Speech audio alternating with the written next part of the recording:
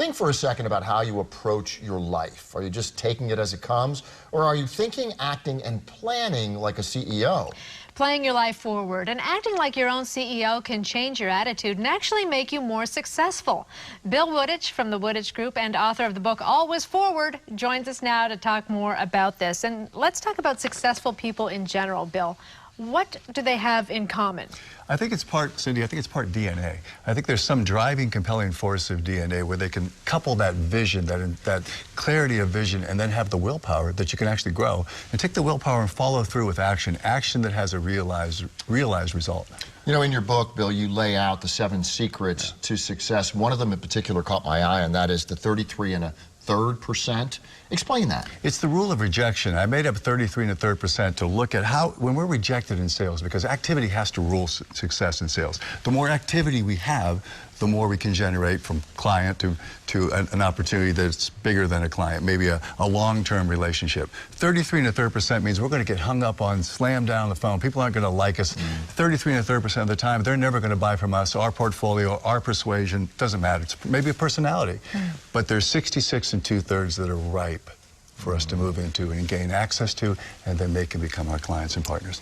Tell us about your life experience and how that led to you becoming successful. I came out of the backwoods, I say, of Pennsylvania. I think we talked backstage. We both came out of the backwoods of Pennsylvania. Backwoods, and I crawled my way out of that forest. We both did, right? Yeah. I think you're a little more successful than I am at this point. I don't know. It's all relative. But I was scared straight in this way because I was a rebel without a clue. I smoked cigarettes, grew my hair, and I just wanted to stay. I didn't want to go to college. All my friends went to school. I just wanted to stay around and drink beer with my friends and hang around at the local watering holes. Well, 7 months in a factory will scare you straight. Trudging in the darkness, almost like The Walking Dead, and going into work and punching the clock and doing the same rote thing. So I got scared. Got an opportunity to go to school, had to learn how to learn, really undressed myself and had to be vulnerable and learn to move forward.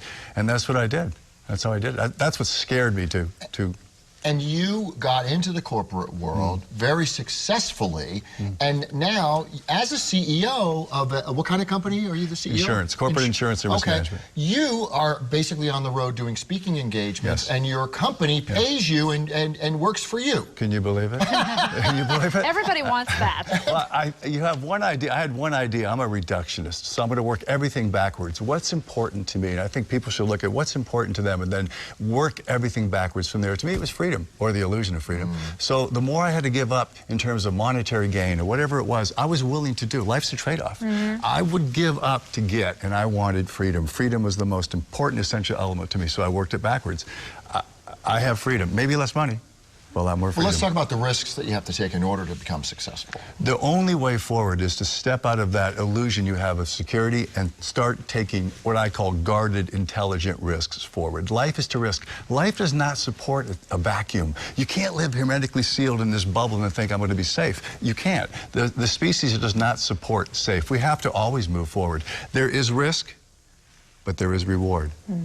Okay, and you've also said style gets me in the room, substance keeps me there. Style will always get you in the room. Substance must keep you there. Style and substance. People will buy the messenger before they ever listen to the message. Style gets you into the room. You know, people like to do business with people they like, people that are like them, or people they think they want to be like. Right. That's the subconscious coming forward and playing itself out in real time. Well, make sure you have the substance to back yourself up. Yes. Absolutely. So substance is paramount to stay and keep and maintain and grow the relationship. You have to have substance. It trumps everything at the end, but the first thing is style. You have to have that. All right, Bill. You have that, sir. Well, congratulations on all your some. success. Yeah.